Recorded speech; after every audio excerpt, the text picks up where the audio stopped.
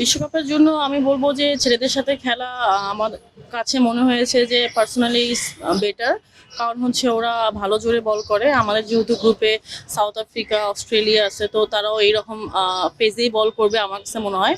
তো আমাদের আজকে আমরা জিততে পারিনি, কিন্তু প্রথম দিকে আসলে আমরা উইকেট লুজ করে ফেলেছি। ওই জায়গাটা যদি আমরা আসলে ভালো মতো খেলতে পারি, আমার কাছে মনে হয় একটা পার্টনারশিপের কারণে আমরা হয়তো বা ভালো খেলতে পারি। কন্ডিশনটা আসলে ওই দিকের কন্ডিশনটা অনেক চ্যালেঞ্জিং হবে, ওই জায়গায় বাউন্সের একটা ইয়ে হচ্ছে।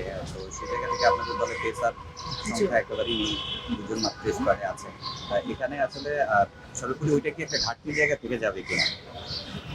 ঘাটতির জায়গা বলতে যেহেতু আমরা স্পিনার বেশি মানে খেলাই, আর তারপরেও আপনি দেখবেন যে লাস্ট 3-4 বছর ধরে আমরা কিন্তু স্পিনের উপর নির্ভরশীল।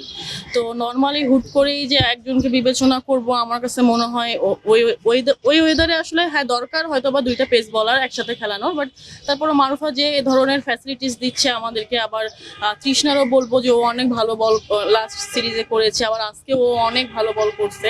তো আমার কাছে মনে হয় এরা দুইজন খেললেও আমাদের কিছু আশা করা যায় ওই উইকেটে।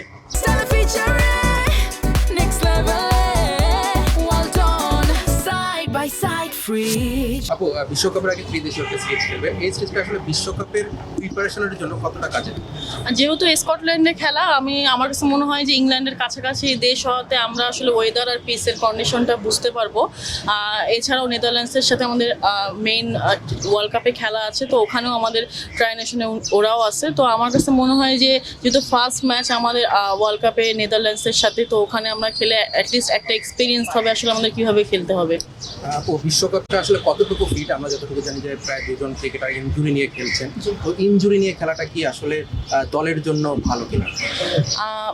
ইনজুরি নিয়ে খেলা দলের জন্য ভালো কিনা, সবারই কিন্তু টুকটাক আসলে আমাদের ইনজুর্ড আছে, আমরা কিন্তু খেলছি। বাট যেখানে ইনজুরি কথা বলা হচ্ছে, আমার কাছে মনে হয় যে তারা সেখান থেকে আমাদের বেস্ট এফোর্ট দিচ্ছে।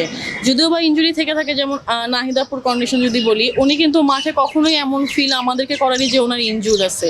বাট আমার কাছে মনে হয় যে নাহিদাপু one of the best spinner আমাদের। তো ওই ঘাটতি আমরা কোনো কাউকে দিয়ে পূরণ করতে পারবো না।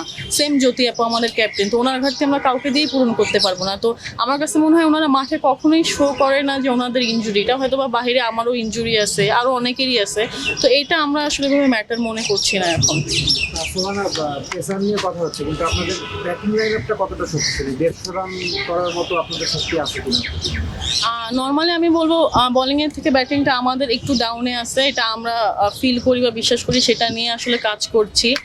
লাস্ট ম্যাচগুলো আপনি দেখবেন যে আসলে চেস করার আমাদের ক্ষমতা কতটুকু, সেটাও আমরা আসলে দেখেছি শ্রীলঙ্কাতে। তো আমাদের মনে হয় যে আমরা আমাদের মধ্যে যেটা আসলে সুবিধা হয় ব্যাটিং ইউনিটে, সেটা করার ট্রাই করবো। যদি সেটা প্রথমে ব্যাটিং হয়ে আমরা একটা রিল্যাক্সে ব্যাটিং করে একটা ভালো টোটাল দিতে পারি, তারপর বলিংয়ের উপর ডিপেন্ড করে আসলে ম্যাচটা জিততে পারি, আমরা হয়তো বা সেই দিকেও যেতে পারি।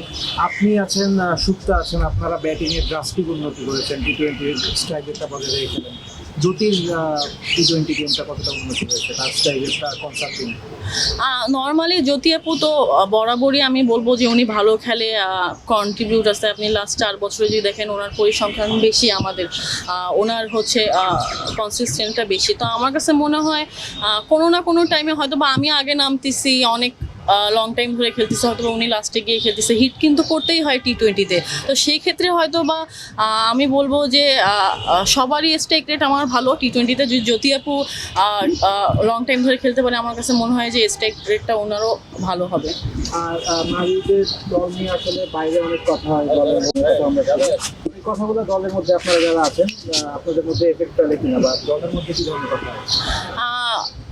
যেহেতু আমি বলবো যে একসময় জুনিয়র বেস ক্রিকেট খেলেছি লাস্ট 2-3 বছর আগে, এখন আমরা সবাই প্রায় ম্যাচিওর। তো আমার কাছে মনে হয় যে এই বাহিরে যে কথাগুলো হচ্ছে, ওগুলো টিমে আমরা কখনোই ইম্প্যাক্ট করতে দিব না, কারণ আমাদেরকে ক্রিকেটটা খেলতে হবে, আর আমরাই জানি আসলে আমরা কতটুকু। তো আমার কাছে মনে হয় না যে দলাদলি করে আমার জায়গা কেউ নিতে পারবে, বা আরেক সুপ্তার জায়গায় কেউ নিতে পারবে, বা নাহিদার জায়গায় নিতে পারবে। এই রিপ্লেসমেন্টগুলো আমার মনে হয় না দলাদলি করে হয় কখনো।